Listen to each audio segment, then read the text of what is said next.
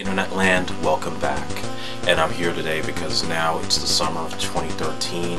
The season's begun for new blockbuster movies, and our first review for this summer, among many others to come, is Iron Man 3. The third installment of the Iron Man series and the latest of Marvel Studios' championship run of hot Marvel comic book based films. The first Iron Man movie was mind-blowing.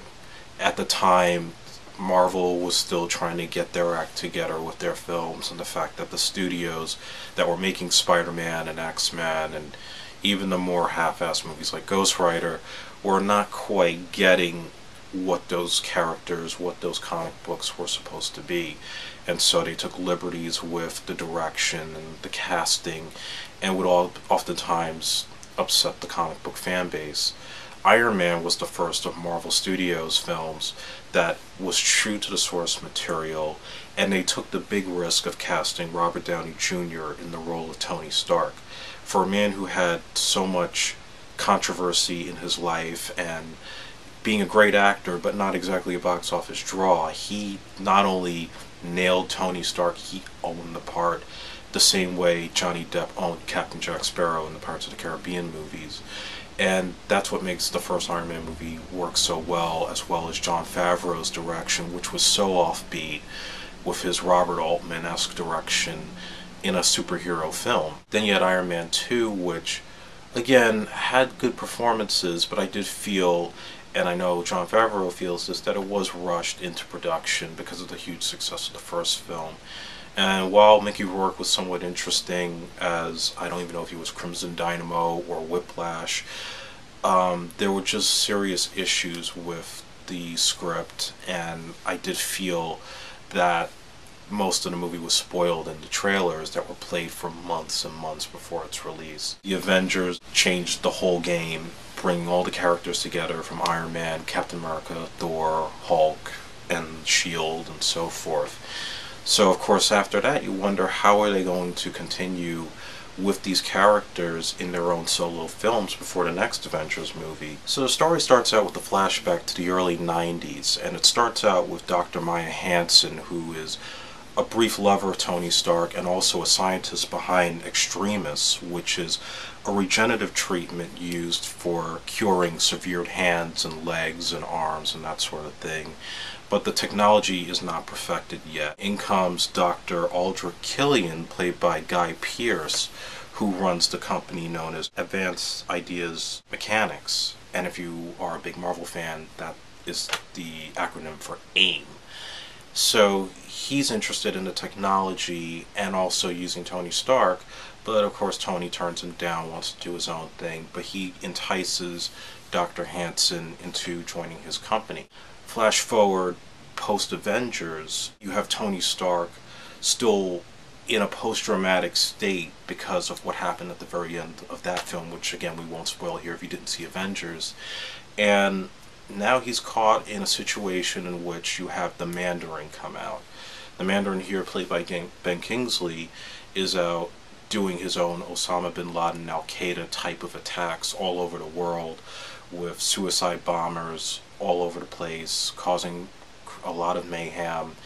And of course the President of the United States even goes as far as bringing in Jim Rhodes, played by Don Cheadle, but not calling him the War Machine, but now using the War Machine outfit and renaming him the Iron Patriot. Tony, who doesn't want to get involved with political affairs, he's still too traumatized and he wants to spend his time with Pepper Potts. You have Killian come back into the fold, wanting to sell off this technology on Stark's company. Supposedly now Killian, who'd started out as a cripple in the beginning of the film, has now turned into a hotshot playboy in himself, and the technology of Extremis is being used for disabled war veterans. And so he feels this might be a good collaboration between AIM and the Stark Industries. There's also a little bit of conspiracy going on that Tony's chauffeur, Happy Hogan, starts to get notice of, and basically he starts doing his own snooping around, which leads to a near-death experience in Mann's Chinese theater with a suicide bomber. Stark, in retaliation, decides he's going to leap into action, taunts the Mandarin on national TV to come and find him. Not a good idea, because the Mandarin sends out a whole freaking army to destroy Stark's base, including most of his Iron Man suits. And therefore, now you're in a situation where Tony Stark is not only a man on his own, but with a disabled suit. Tony Stark finds himself not only having to find all the missing pieces to put together the connection between the Mandarin and Killian of terrorism, but also bringing up the question of, does the man make the suit, or does the suit make the man? The acting is completely top-notch, and I could go and sing the praises all day of Robert Downey Jr. and Gweneth Paltrow. I thought Guy Pearce was excellent as Killian, you know, kind of being not just anything like Sam Rockwell's Justin Hammer, but being a little bit more sinister and probably even more vicious than the previous villain in the second film. Don Cheadle returning as Jim Rhodes, War Machine, which I thought was the only real flaw of the film, because I was hoping that they would do more with Rhodey this time around. Granted, yes, we finally got to see him in the War Machine suit in the second film. In this case, it just seemed like, once again, Rhodey was kind of just a side character. Very few moments where he shined, but again, I was expecting a lot more for somebody as talented as Don Cheadle. Pepper Potts, played by Gweneth Paltrow, had went from being the typical damsel in distress in the first two. Now she gets more into the action.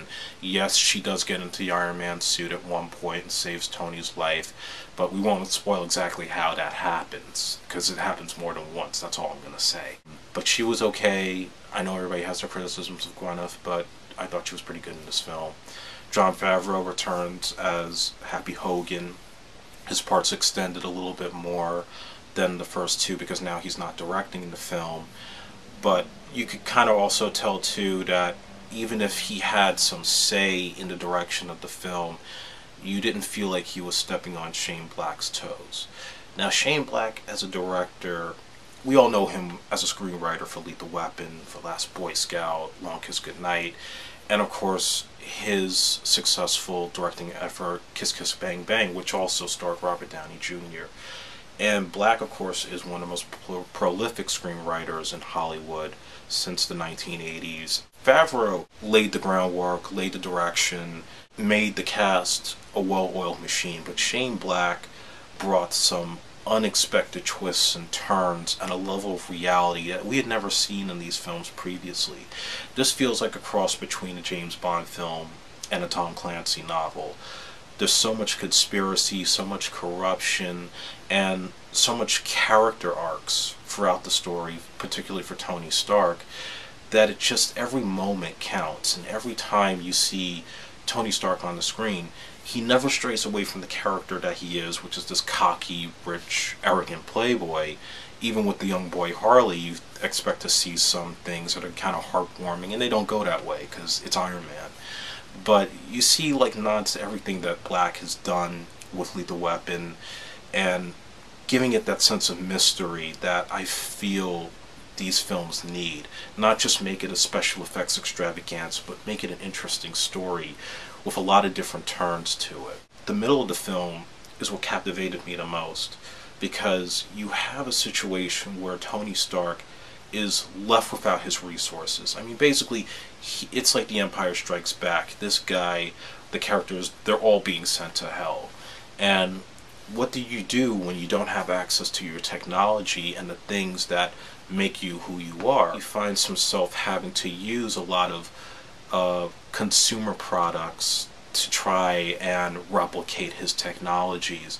And it made for some really interesting sequences, including one where he busts into the Mandarin's mansion, and basically he's just relying on his wits and has all sorts of little gadgets that are makeshift versions of his Iron Man suit, or the functions of his Iron Man suit. And it was just so cool to see Robert Downey Jr. as an action hero without wearing the suit. And as usual, the effects were great. The stunt work was excellent, including the scene that you see in the trailer with Iron Man saving the president and his staff on a Air Force One gone out of control. They only tease what happens there, but what he does is very interesting and probably one of the best scenes in the film. Put it this way with what the Mandarin said: if you think you know what's coming, you don't. And that's what makes me love this film out of all three Iron Man films. It's just, you don't know what's going to happen, you don't know what to expect. Of course, yeah, you know there's going to be another Avengers movie, but there's things that you see in these trailers that don't quite play out the way you think. So unquestionably, 4 stars for Iron Man 3. Best in the Iron Man series. I look forward to Avengers 2. So until next time, this is the Mother Brain, and you can check me out on Coast Blog, and check out all my blogs, movie reviews, book reviews, and you can also follow me on Twitter at MotherBrain830.